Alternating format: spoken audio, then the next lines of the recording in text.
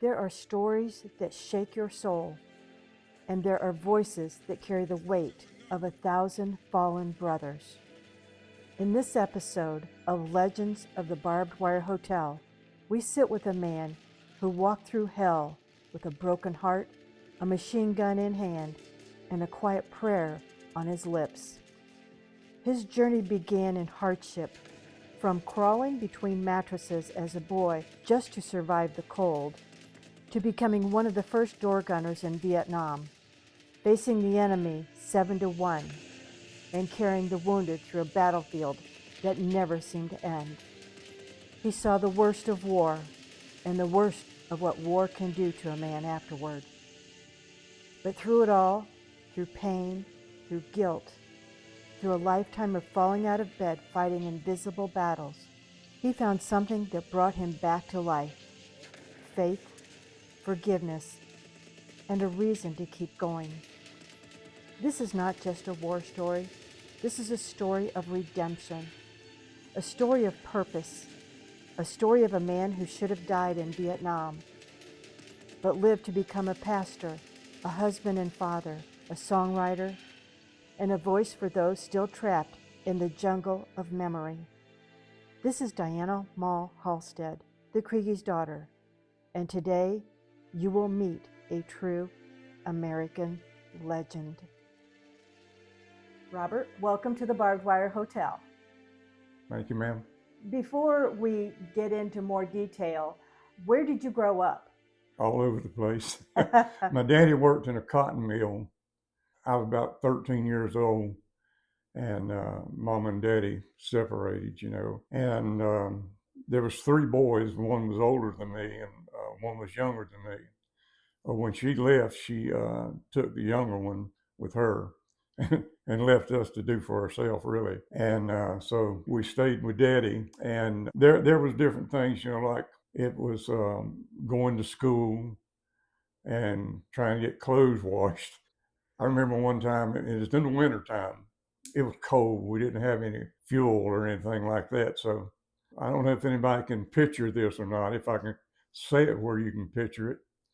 But we didn't have enough blankets, for us all. And so back then we had what you call mattresses. We didn't have any box springs, but they were just mattresses, And we had 2 on the bed and had springs underneath. And it got so cold, I crawled in between the 2 mattresses, to stay warm. We made it on until I was about 16, and I was still in school. But a job came open at a cotton mill. I had the job before I ever turned 16, but they held it for me till I turned 16 because I couldn't go to work otherwise. So it didn't take very long, going to school and working on second shift. That was from 3 in the afternoon till 11 o'clock at night. And it didn't take long, before something had to go. And I'd already drew several paychecks, so I wanted the money. And therefore, I quit school. Now, this is a big jump ahead, but to make this statement so it would fit in there, I was 35 years old before I ever finished high school. But it bared on me a lot, which made me want to go back to community college. And I also went to Trinity Baptist College in Jacksonville, Florida. And so I got a little education. Mama was a Lumbee Indian. I have a little town up here called Lumberton. Where they came from, I don't know. I ain't never figured it out. But she was a Lumbee Indian, and she stayed on the warpath 24 hours a day. Daddy sometimes worked double shifts. I believe he did that just so he wouldn't have to come home, to face it, because it was a literally knockdown, drag out every day. And I don't even believe they liked one another because it was an everyday thing. The old statement is, I don't even believe the devil himself could have got along with her.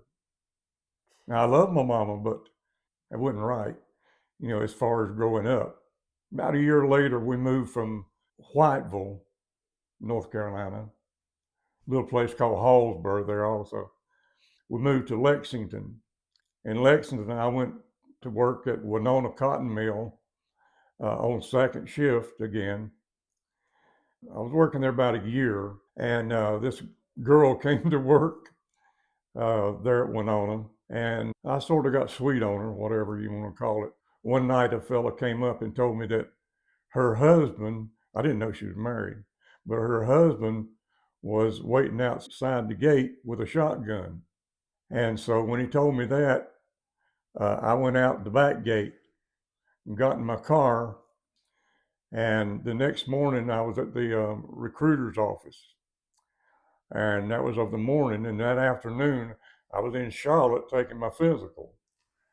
And I don't know whether it was another day or not, but the orders came to report to Fort Gordon, Georgia for basic training. I didn't want to go home. I don't think he knew where I lived, so I was pretty safe there. But at any rate, I just kept on going.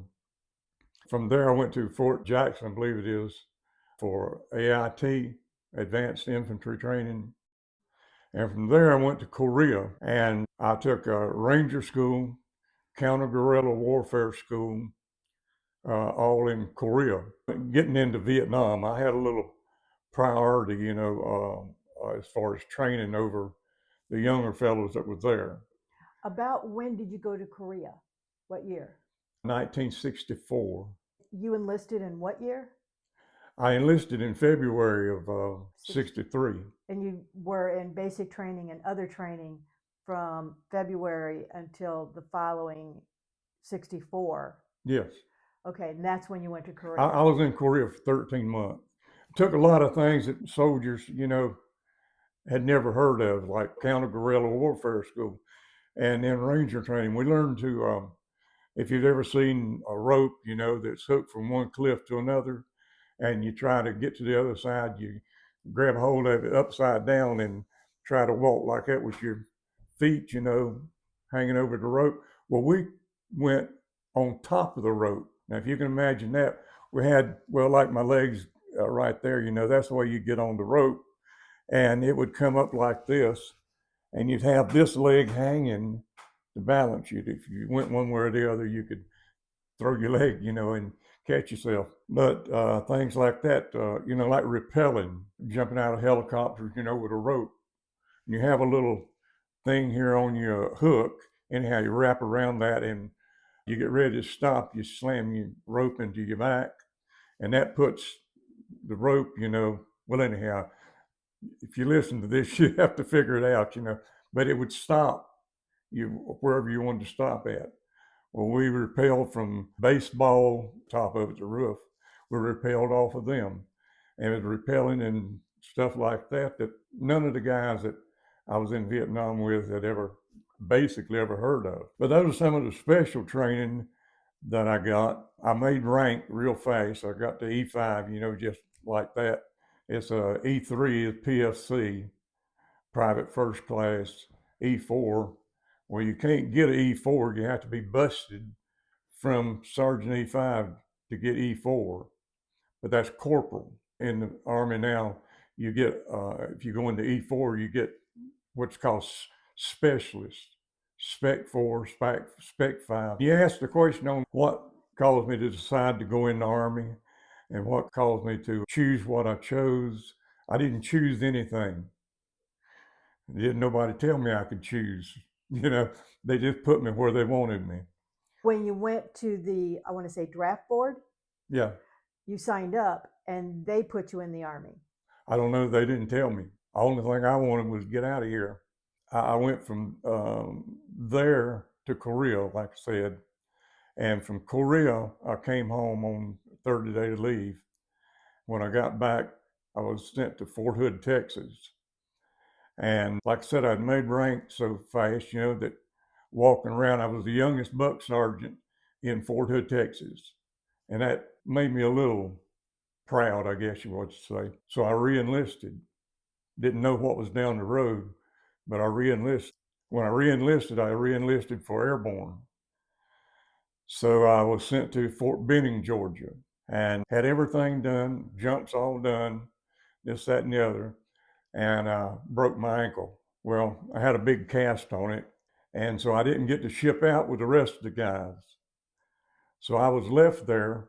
All of a sudden, I was hearing about Vietnam and the 1st Cavalry Division. And I'd like to express this because it's something that, was real important to me, because the 1st Cavalry Division was formed there in Fort Benning. And I went over to Vietnam with the 2nd Battalion, 7th Cavalry.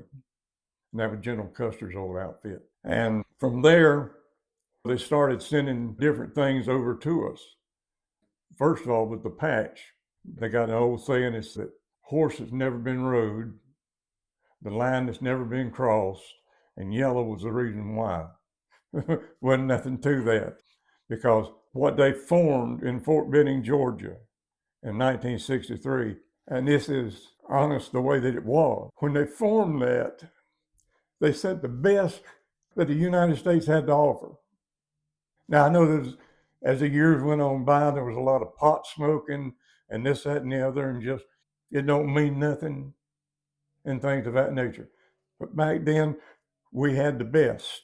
And about 30 days going over on the boat to Vietnam. And because I had a little prior service, and the schooling that I had, Bruce Crandall, his call sign was Serpent 6, or the Snake's what they called him.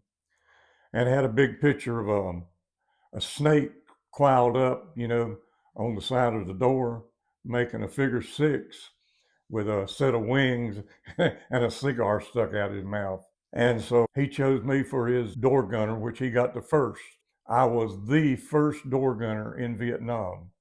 There was a few skirmishes had took place before the major battle, which was the first major battle that took place in Vietnam. And it's called the Ia Drang Valley, an LZX raid. Most of the Vietnamese called it the Ia Drang Valley. We had several little skirmishes, like things. We went out one night, just before the Ia Drang Valley. We went out one night and the pilot got vertigo. I'm sitting back there, it's at night and it's not all that dark. There's a moon shining, but we had doors on the helicopter, but they stayed open. And I felt the wind hitting me hard on the right-hand side. That's where I was, on the right-hand side. It was strange that the wind was hitting me that hard. And I looked out to my right and it looked like the outline of a mountain, if you're seeing this through the dark. And I looked back up to the pilot and he was flipping buttons overhead, this, that, and the other. And the other pilot, he was just sitting there. But what was going on, we were going about, I don't know how fast we were going forward, but what we were doing, we were not going just forward, we were going to the flank like that. And so we were falling. And I looked back out the door, and it wasn't the outline of a mountain, it was the outline of the trees. And we were going in them. And limbs started going every which way, and this, that, and the other. Well, it had my whole door blocked. Whenever we stopped, there was sparks flying every which way. And I butted the trees down with my head getting out of there, because I'd seen those things explode, when they'd hit. And I didn't want to be around any explosion like that. But anyhow, the next morning in formation, captain that was piloting, he told everybody, standing up there, that he got out and he called for the pilot. Well, I don't know how people phrase it, but you've got two men up there. They're both pilots, but one is called the aircraft commander, which he's the senior. So he is the main pilot. The other fellow is not called a co-pilot, but he's a pilot. And he said he called for the pilot. The pilot answered him. Said he called for the crew chief. And the crew chief answered him. He said he called for the gunner. He didn't hear nothing.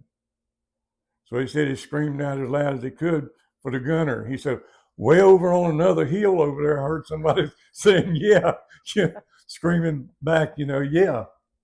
I mean, I got away from that thing. I got out of it, got through those tree limbs, and I was gone. It might be JP4 fuel, but it'd make a heck of an explosion. Going on from there, which I think a fellow you'll be interviewing, Francisco Marino. There's a story about called LZ Monkey. You'll be reading on that, but I was in LZ Monkey also. That's where we had to land on top of another helicopter. They had crashed and was laying over to the side, so we had to land on top of it. And that's the reason we called it Elderly Monkey. We had it with one skid on the helicopter and another skid on the bank, to keep us upright. So I'm leading up to November 14th, 1965. We had a call to make an assault on what you call the Fuchon Mountain, and we didn't know how many was out there. Had no idea. We were about 60% strength on our side, which was about 450 men. And come to find out, we were heading into 1,700. And this was not black pajamas and straw hats. This was a regular North Vietnamese army. So we made the initial assault, which these things were timed perfectly. When the last artillery round hit, we were going in because it had to be timed perfectly. And we made the assault. I mean, there was just smoke and dust everywhere. You couldn't see from one tree to another tree. There was so much going on, and everybody jumping off, the helicopters there and firing and stuff of that nature. It was a big deal, but we didn't get one shot back at us. We went back to Play Me Special Forces Camp and picked up another load to take in. In doing so, we come back in on the second load, there was no firing going on. The third, we went back in, there was no firing going on. And on the fourth, no firing going on.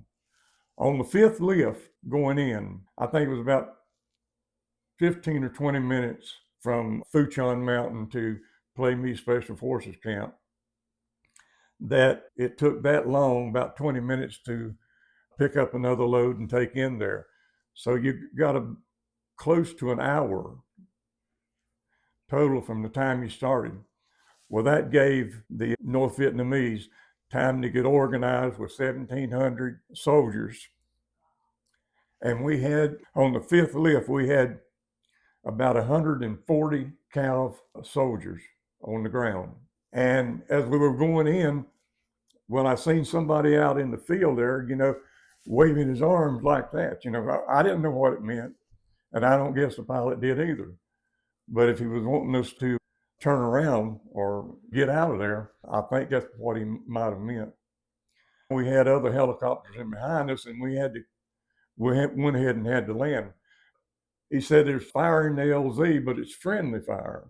Well, as we started going in, it's best I could think about what that time over the intercom, it sounded like fish frying in a pan and the grease popping. There's fire in the LZ, but it's friendly fire. So I didn't really think anything about it. I could see things going across my face.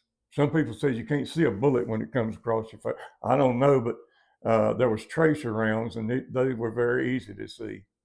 And they were flying in front of my face, and I felt something hit my hand, my right hand.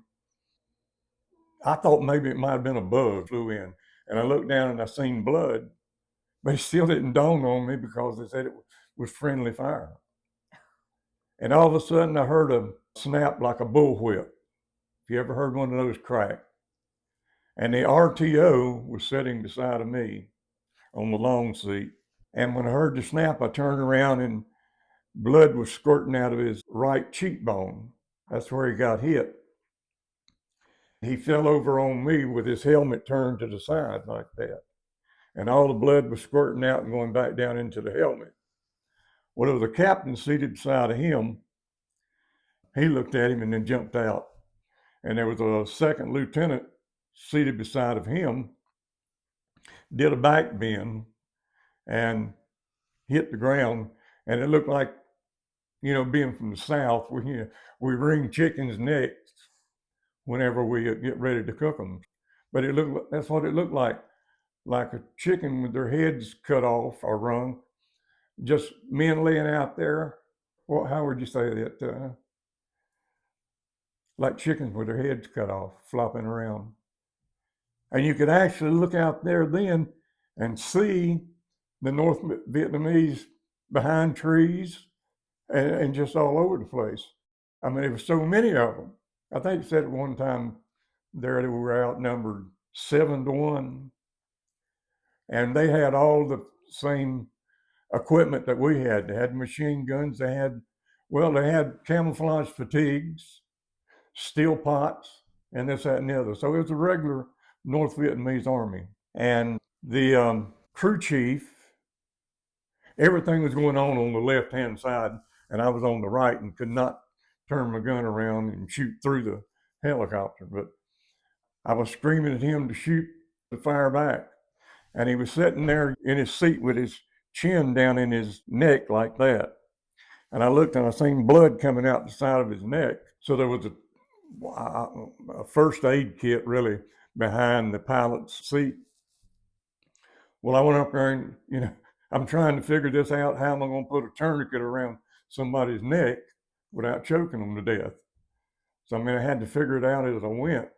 What it is a packet about 6 inches long, about 3 inches wide, and had long gauze tails on it. So I put the packet up against his neck and took his hand, tied a knot in the two ends, and stuck this arm through there to hold it, against it. But when I did that, blood started coming out the other side. So I had to repeat the same thing, put the patch over here and put his arm through there, to hold it on. So that's the way that, it said that I saved his life. I don't know.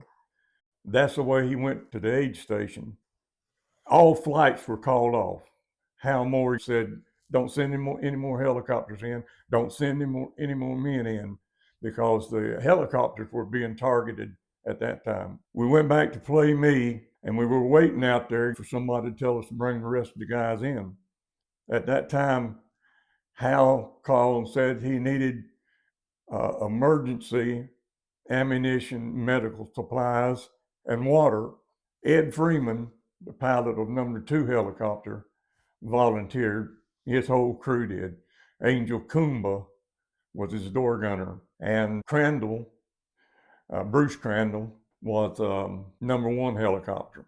So we all volunteered and went back in. And this is where it starts. It's one of them things where we were talking prior, that my young life determined what I was going to be. No, it didn't. Pardon my expression, but it didn't. And I'm fixing to walk as best I can, walk you through what happened. Well, we had 2 medevac helicopters that Crandall had talked into going in. We were going to take the supplies in, and they were going to come in and pick up the wounded. Well, as we went in, the 2 medevacs started getting fired on, and so they aborted. They just took off. So that left us bringing ammunition in, medical supplies, water. Then it left us to do the rescue. And for about, I say, a total about 13 hours that we did rescue. It was something, that at that time, we'd sent the rest of the guys in. Of the 450, we'd got them in. But the original 140 some that we'd sent in, I think over half of them were wounded or dead at that time. So we had to do the rescue. Well, I can't understand it. I don't know what happened. But it's just like I had to unload the ammunition. And we were there in the very middle of what was going on. You could see guys out there trying to crawl to the helicopters. Well, what was I to do? We were the only ones there to get them out. So I'd leave my helicopter and run out and, pick them up. Some, if they were over 200 pounds, I throw them over my shoulder. Others we dragged by the feet. And others that been hitting the leg and had one leg they could walk on, we sort of grabbed them, tried to help them back to the helicopter. And by the time you got him to the helicopter, got him laid down in the floor, you look back and there's 4 or 5 more trying to make it back, to the helicopter. Well, you go on and you do what you got to do. Nobody else to do it. Every time you turn around, there was more out there. I mean, you asked me why I did what I did. I don't know. You see, you try to pick somebody up with his guts hanging out, and trying to push the guts back in and rake the leaves and the dirt off of it. There's nobody else to do it. But it's kept right on, kept right on. Something happened. I knew I wasn't going to make it out of that. But somehow or another, I had made an agreement with myself. I know I'm not going to make it, but I'm going to do all I can to get these guys, back. Well, Kumba on the other ship, they were right beside us. And he was doing the same thing. There was one occasion he'd come across a stretcher, canvas and with wooden handles. And him and his crew chief jumped off the helicopter, run out, with the stretcher. And they got one fella and got him on there and got him back to the ship. Well, then the stretcher was no good because they looked and there was 20 bullet holes in the stretcher and couldn't be used anymore because the wooden handles were chewed up with bullets. Every time we went back in there, there was more out there. So we unload the ammunition, jump out, run out in where they were at. Right in the middle of them. I don't know how in the world they kept missing me. I mean, I'd made an agreement with myself, that I don't care any longer, I'm gonna die. So I thought I was a dead man anyway. But they kept missing. And like I say, with a 200-pound man on your back, you can't run very fast. This is something that the movie don't show. They asked me on Reach Across America out of Maine about the realness of what was going on. I told him, I said, look, you can't make it real. I said, you make all the movies you want. And here's the part that's going to be hard, for me to tell you. What are you going to do when you hear screaming and crying? And yes, I really heard boys calling for mama. You can't sit there. You can't wait. You got to do everything you can do. And I don't think I was any braver than anybody else, but I just made an agreement with myself. I'm going to get all that I can while I can before I'm dead. This went on and on and on and on till it got dark. We started off about 10 o'clock that morning and started getting dark, so everybody flew back into Pleiku, which was the base camp. Well, Crandall couldn't find him. He was my pilot. About 10:30 that night, I was just outside my little pup tent there, smoking cigarettes. And I was thinking about them boys out there, still going through this. And a call came in from Hal Moore in the Ia Drang, or LZ X-ray, that he needed emergency resupplies like now.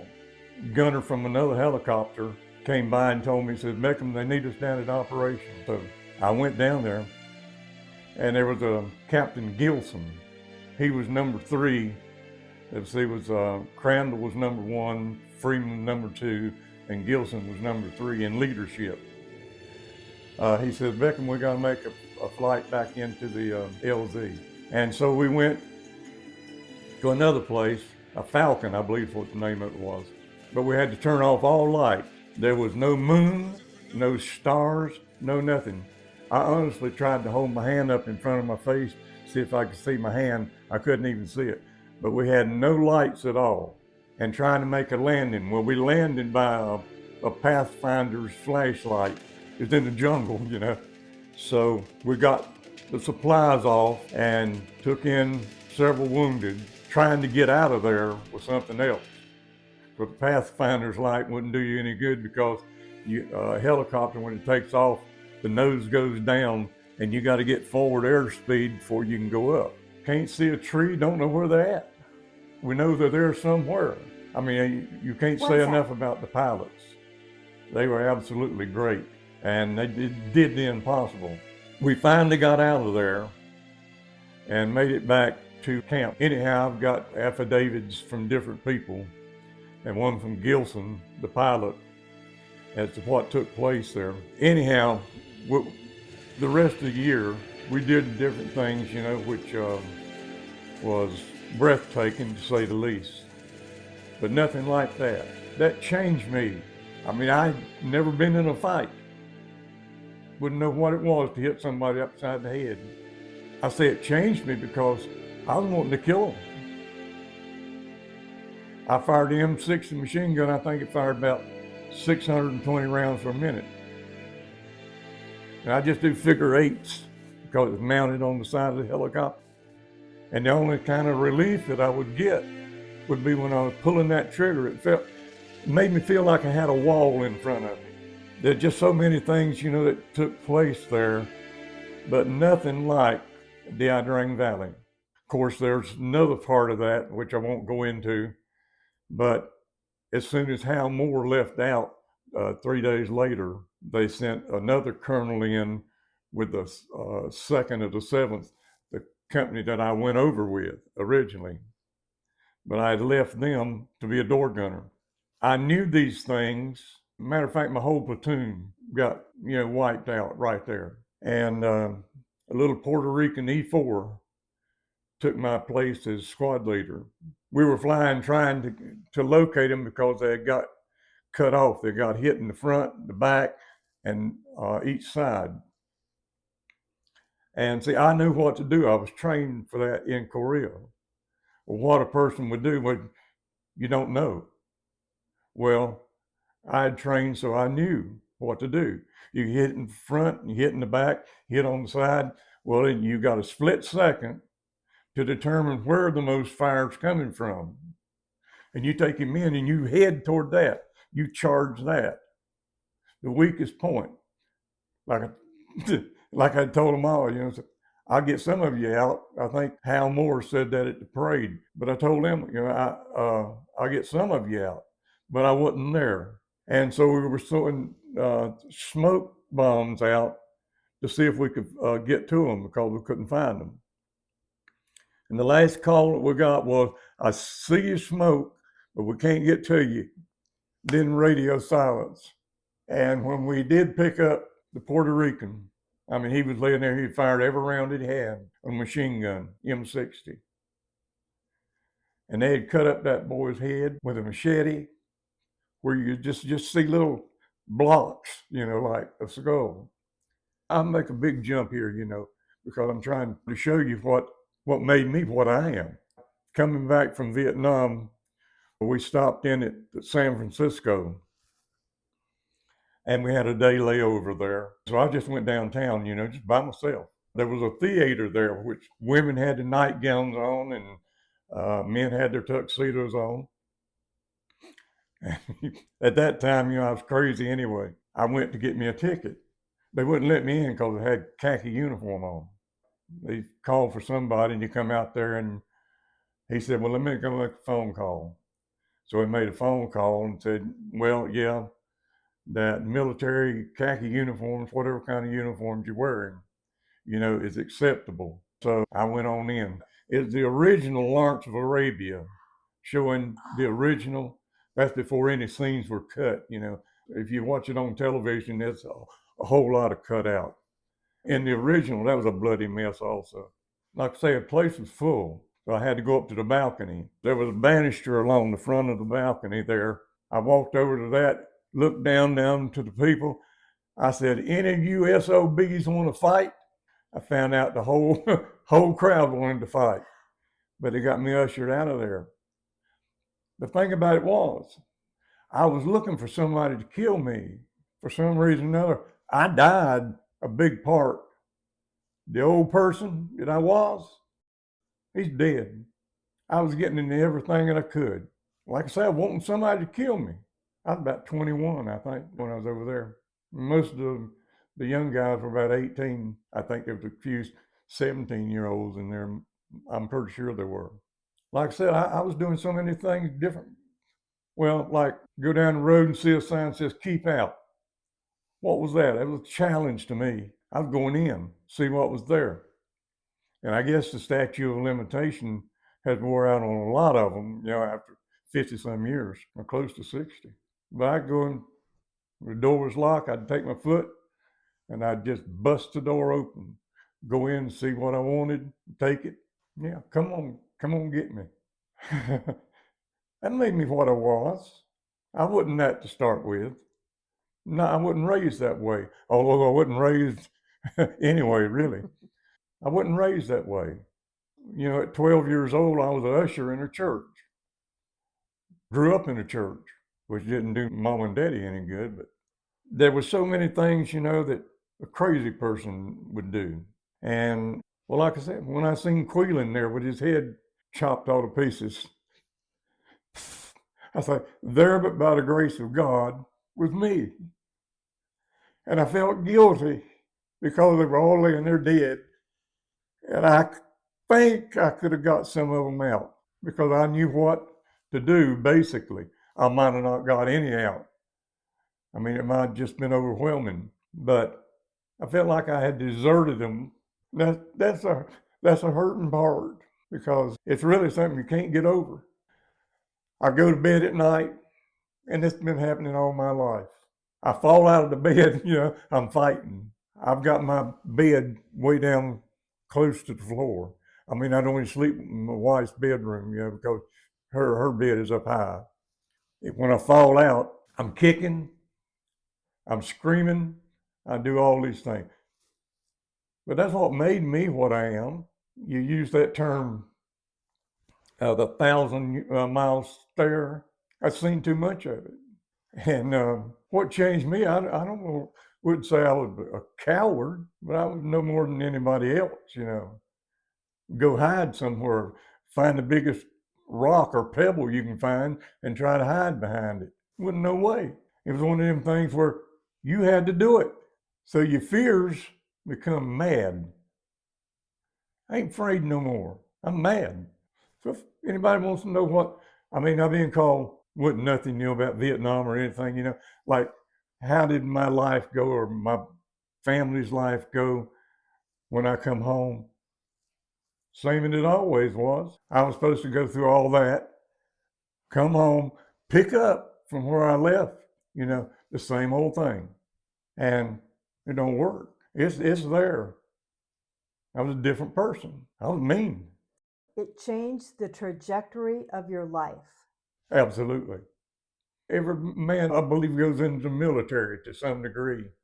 When they come home, the military has fashioned what you're going to be. I didn't like what I was. I come home with seeing a psychiatrist up here in Salisbury 3 days a week. And of course, she was good. She told me, she said, well, I've got another man that was in the Ia Drang Valley. And told me his name. Yeah, I know him, See, well, he lives about 30 miles from you here. I said, would you like to get in touch with him? I said, yeah, I'd love to. She said, well, I'll have to call him and get permission, to give you his number. And so she called him and he's, yeah. All right. And so I started going down there. My wife likes, to go to yard sales, and he was always going to yard sales. And so we started going down there. And every time we go down there, he'd have something, special, like old frying pans, she likes those, and kettles and stuff. And he'd always have something for her. 6 months after she gave me his address, his sister called me, and his name was Tom, or Thomas, and said, Robert, Tom's dead. I said, well, what happened? She said he was sitting on his bed. He had his 38. He fired 3 times in the ceiling and 1 time in his head. Which things like that, it went through my mind thousands of times. For some reason, I didn't really have the guts to do it to myself. But I just didn't want to be here any longer. It's hard. And one of the hardest things I've ever tried to do is to be normal. The degree of temperature in a day's time, which I've covered with blood, none of it my own, it's got a smell. When it gets so many hours, it starts stinking. What I smell was hot blood, but it's got a smell. It's got a direct smell. I mean, I've worked at places where they were, running Dacron and stuff like that, and you come across something that smelled just like hot blood. I had over 100 different jobs from the time I came home from Vietnam. I had over 100 different jobs. I mean, I was working in a cotton mill at Erlanger, and they started running, I think it was some kind of Dacron or something, synthetic, put it that way. And I couldn't stand it. I had to get out of there. I didn't even go back and get my paycheck. There's things you see, things you hear, and smell. It's just overwhelming because it's there. It's something that you have to live with. But there's a brighter side, I guess you want to call it. Everybody kept trying to get me to get in church. I'm like everybody else, Yeah, I'll be there next week. But I never made it. Finally, they kept on pestering me till I decided, to humor them. And I went, preacher preached, and he didn't preach to nobody else, he preached to me, single me out, holding on to the back of the pew like I almost lift up the pew. When it came time, that I let go of the pew and I went forward. And I gave my life to the Lord for what it was worth, and I never backed up because I dealt with reality. Vietnam, that was reality. Being saved was reality. I mean, you can beat me over the head with a 2x4 if you want to. I'm not going to deny God. It's real. That's the only thing that's helped me out in it all. And I say in it all, it's been 100%. It kept me from doing what Tom did. Well, I mean, I tried other things, like put a hose in the back of my exhaust pipe and stick in the window and just sit there in the car and let it run. When something ain't happening here, I go out there and I have to dumb me. I was using the plastic, whatever, and the exhaust pipe had melted it. That's not very smart in the first place. I ought to know something was going to melt. But those are things, like I tried. Didn't have, I mean, my wife and my kids. I had, a perfect wife, perfect kids, my way of looking. But I just didn't want to be here. Like I said, until I found the Lord or he found me, whichever one was lost. I think it was me lost. That's basically, how did the people around me change? They didn't.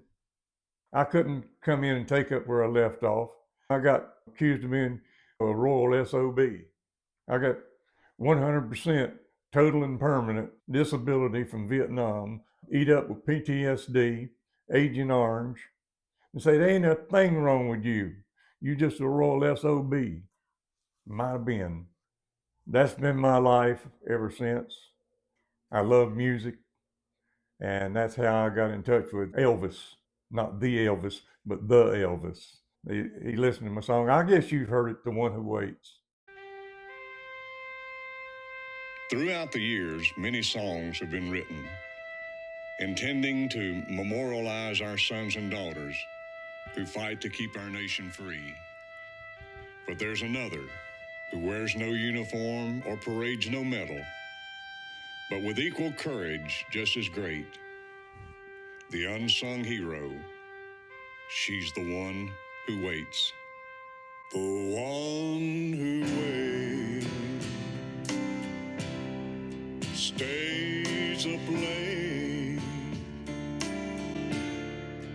counts the day he's been away,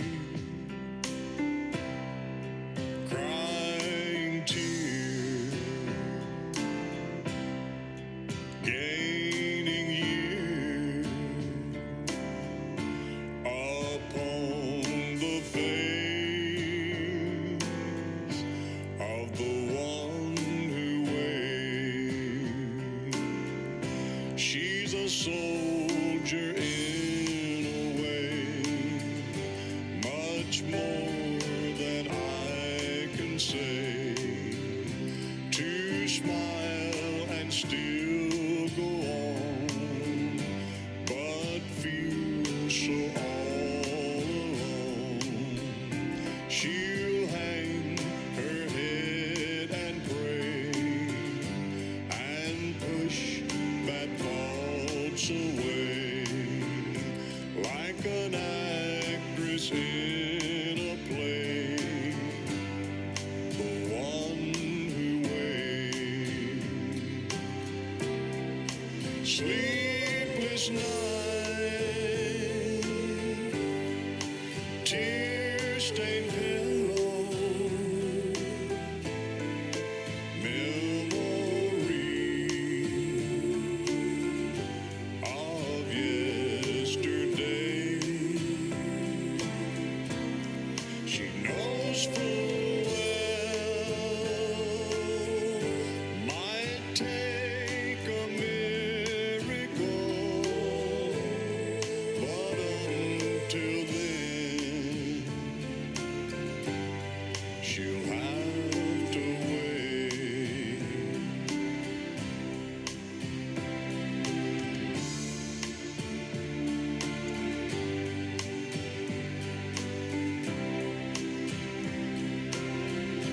She can't understand this war or what they're fighting for, and so she walks the floor behind her bedroom door. She'll find a quiet place, and there she'll pray for grace and ask the Lord for faith, the one who waits. Sleepless night, tear-stained pillows, memory of yesterday. She knows full well might take a miracle, but until then she'll have to wait.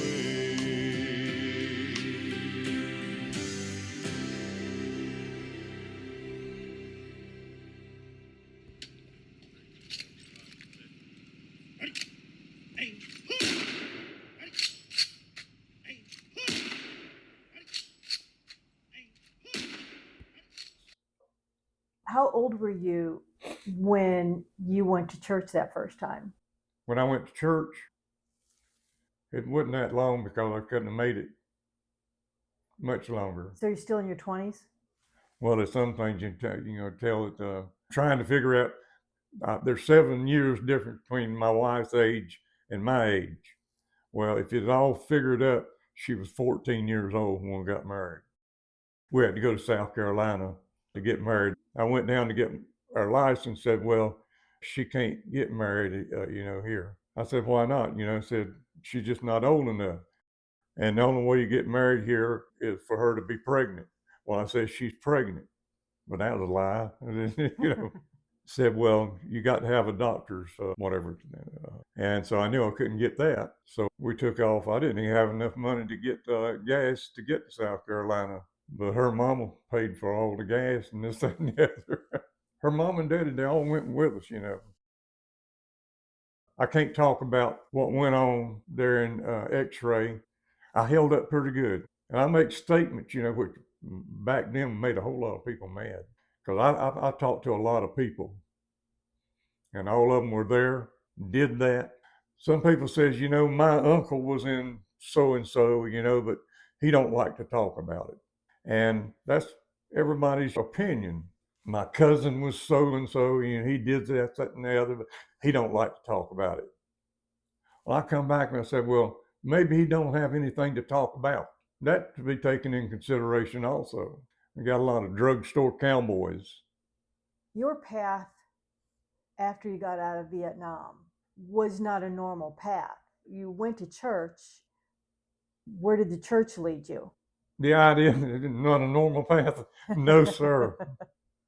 Ain't no fool in his right mind gonna get out there and run up and down in the middle of a battlefield.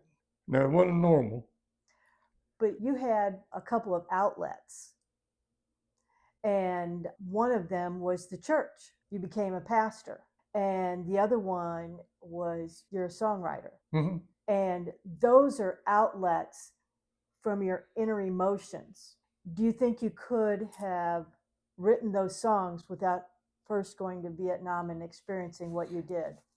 No, I've got a whole lot of songs. I've got one, I say, this is my story of my life. It's short, but I wrote a story of my life. And let me just quote it to you here so you can listen to it sometime. Mama and Daddy went separate ways. They seemed so unhappy back in those days. With no one to tell us, make us do right. The plans for us children soon faded from sight. I'm not trying to blame them, you see, 'cause things didn't work out the way they should be. But sitting here thinking what I didn't do, I just keep wishing I'd never quit school. I sometimes wonder, time and again, if things had been different, what I might have been. If I would have listened to that golden rule and had enough sense to not be such a fool. But a good job was waiting when I turned 16, and a great big world that I'd never seen. So I couldn't wait to be on my own.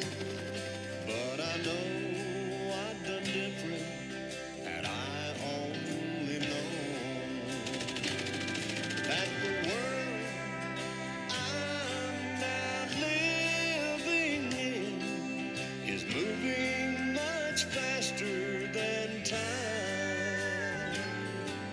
And if we can't keep up with it, the world will just leave us behind.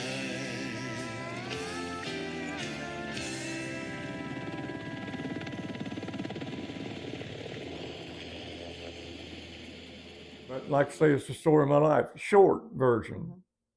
The one who waits was a little black boy who bunked right beside of me in Vietnam. Wasn't quite a month after the Ia Drang Valley that the 101st got kicked pretty hard. And so we were going out the next morning to take the troops out to, make an assault. But we had left that evening to get a place to get ready. A fellow named Gorilla, he was crew chief, and Rice was a little black boy that bunked beside of me. He had two little girls. I think one was 3 and one was 4. He loved to show the pictures of them. They had sent one ship back, and that was Gorillas, and he went back to the company area to have hot coffee before they made the assault. Well, the ship never did make it. It was shot down. I think it's 40-some years after his ship was shot down that they finally found a Vietnamese soldier who said he had shot down a helicopter in that area. His sister got in touch with me, said she was looking for somebody who knew her brother in Vietnam. And my name came up. My name comes up a lot on a lot of things, you know, but I've never been in jail though. And yeah, that started it off there, that I was the last one that he talked to before he got on his helicopter going back out to the company area.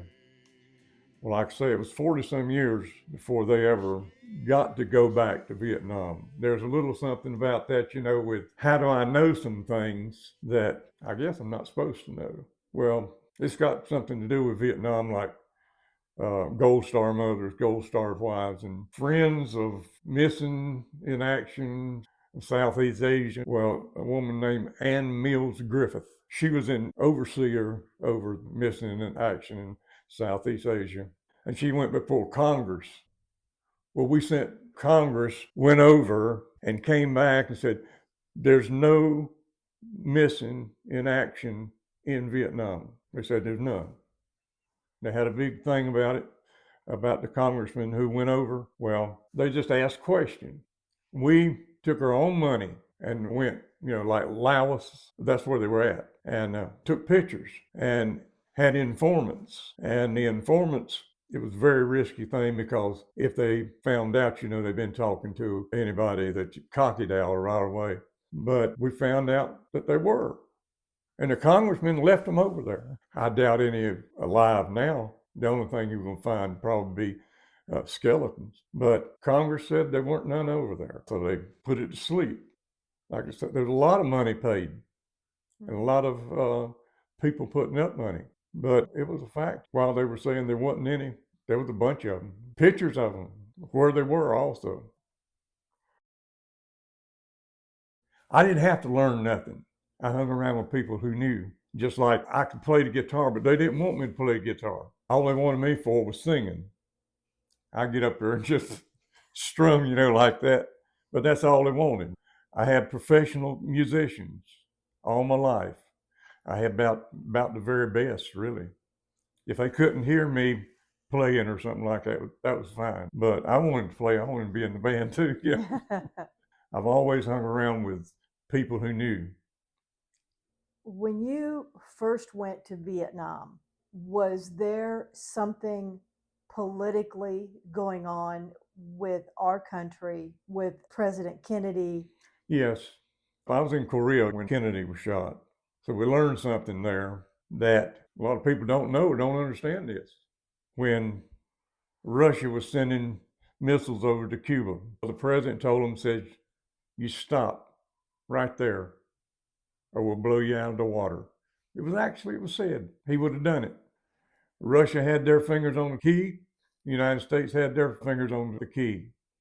And this is what I learned, that because of that possibility, that Russia could have done it or the United States could have done it, but that would have been the Third World War. So the United States had to learn a new way of fighting. And so they had determined that helicopters, that way, getting in, getting out, was the way that they were going to do it. They had to have a place to practice. Now, this is reality, which a lot of people don't like it. Robert S. McNamara had a book out that a lot of people need to read.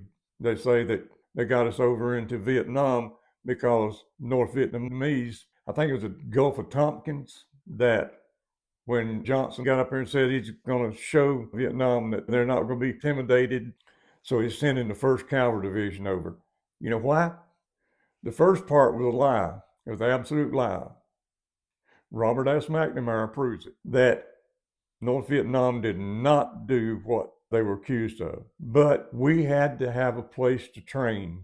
And so they figured Vietnam would be the perfect place. So the whole Vietnam War was basically about a place to train? It's based on a lie. And I'm not the smartest man in the world, but I'm telling you reality. And this is really what took place. Some very, very important people have shared this with me. Close to 58,000 men and women based on a lie. And those that survived, their lives were forever changed. But that's the shame of it. That's the country that we live in. Dirty, dirty, dirty. You know, I live here. I love America, but it's the shame of it. Was there a rewarding experience? My message is this. A lot of churches you go to, which is altogether different, is you got so many, I don't know where to come from, preachers nowadays. I don't call them seminaries, I call them cemeteries. I think that's where they come from. And everything is love, love, love, love. And you have to love everybody. They tell you today, you have to forgive everybody. If you don't forgive, that God will not forgive you. I mean, reality is reading what it says and believing what it says and not putting your thoughts in it, but take heed to yourself. If thy brother trespass against thee, rebuke him. The first thing I'm going to do, I'm going to let him know I don't like what he did, Take heed to thyself. If thy brother trespass against thee, rebuke him. And if he repent, forgive him. And if he trespass against thee 7 times in a day, and 7 times in a day turn and repents, thou shalt forgive him. Yeah, but if. I mean, why don't we throw that old word out of there? It's too small. It don't have no business there anyway. Makes it hard to understand when you say if. If it wasn't for if, a tomcat could have kitten. But, if's there. If thy brother trespass against thee, rebuke him. And if he repent, forgive him. If he don't repent, I've had people owe me money and walk by on the other side of the street, which I know it's an old saying, but it's real, it happens. I don't care about the money. If he'd say, I'm sorry, but I'd love to pay you back, but I just can't. I don't have it. I say, that's all right, forget about it, But if is in there. If he walks by on the other side of the street, I could never trust that fellow again. All you have to do is say, I'm sorry. And that's all we have to do to God. I look at it that way. All we have to do is, he says, repent. Say, I'm sorry. And that's good enough for God. But God's not going to ask me to do something that he'll never do. What is it God will never do? He never will forgive unless you repent. So it goes down to the fellow who has trespassed against me. Am I supposed to forgive him, whether he will repent or not? I don't think God's going to ask me to do something that he won't do himself. That's my message. Just like every message is about love. I read my Bible, and it's God's message, Jesus Christ. He looks at him, he fastens him a whip, and he goes inside. He says, my Father's house is to be called a house of prayer, but you've made it a den of thieves. Went in turning over tables, just anything, just with the whip he had to use the whip, so you can use your imagination there. But other times he said, you serpents, you generations of vipers, how shall you escape the damnation of hell? That's my message. Love, that comes from getting your heart right with God. A person's heart's not right with God, he let them know it. Everybody says you're supposed to follow Christ. Well, if I'm following Christ, I'm going to go into the temple and, say my Father's house should be called a house of prayer, but you've made it a den of thieves. All this mess that's going on in our churches today don't have nothing to do with church. God's house should be called a house of prayer, and that's where it should be. You were saved in Vietnam for your work after Vietnam. I stayed after Vietnam, You were saved from death in Vietnam. God saved you. Yeah, that's the whole thing. Because he had another plan for you. You couldn't see it at the time. The bottom line is that we're living in a world of reality. But knowing what I knew in Vietnam, the simple fact we were in Vietnam and all those guys dying, you can't imagine what it's like to hear grown men crying and screaming, picking them up and their legs just hanging with the skin. I mean, it got to be cut off over a life. The United States done this on purpose. They had to have a training field. That's reality. It's the world we're living in. How many has died in Israel and Palestine and what's going on? And they're negotiating this and negotiating that. Well, there's only one answer. And I thank God I found that. With Russia, with Ukraine, all this going on, all these children dying, it seems like this is my interview, but this is yours. This is your Yeah. story. And I really, truly, from the bottom of my heart, I thank you for telling your story. And you are a legend. I thank you for being with us. I appreciate the opportunity. Crying, my God, why hast thou forsaken me? And many men have took their stand in a place where the fire has passed, and stood in silence. We're going home at last. I believe the Holy Bible is leading me. If you are a veteran, or if you know someone who is, I urge you to share your story. Whether you fought in battle or worked behind the scenes, your experience matters. It's not just history, it's our history. It's a history we cannot afford to lose. At Legends of the Barbed Wire Hotel, we are committed to preserving these stories, but we need your help. Subscribe and share it with your friends and family. And most importantly, if you have a story to tell, reach out to us on social media or email. Both are listed in our description. Every veteran story deserves to be heard, remembered, and honored. So join us in this journey. Together, we can ensure that the legends of the Barbed Wire Hotel live on. This is Diana Mall Halstead, the Kriegie's daughter, signing off. Thank you for listening, and to all veterans, thank you from the bottom of my heart for your service and your sacrifice. If you would like to purchase a copy of my dad's memoir, Writings from the Barbed Wire Hotel, click the link in the description. In the back of almost 800 pages is an index of all the sources I used to research my dad's military career and time as a prisoner of war. Let's spread the word and keep these stories alive. And remember, every story matters, especially yours. Legends of the Barbed Wire Hotel was written by and produced by Diana Mall Halstead, the Kriegie's daughter. Until next time, this is Legends of the Barbed Wire Hotel. Stay safe, stay strong, and never forget the sacrifices made for our freedom. Thanks for listening.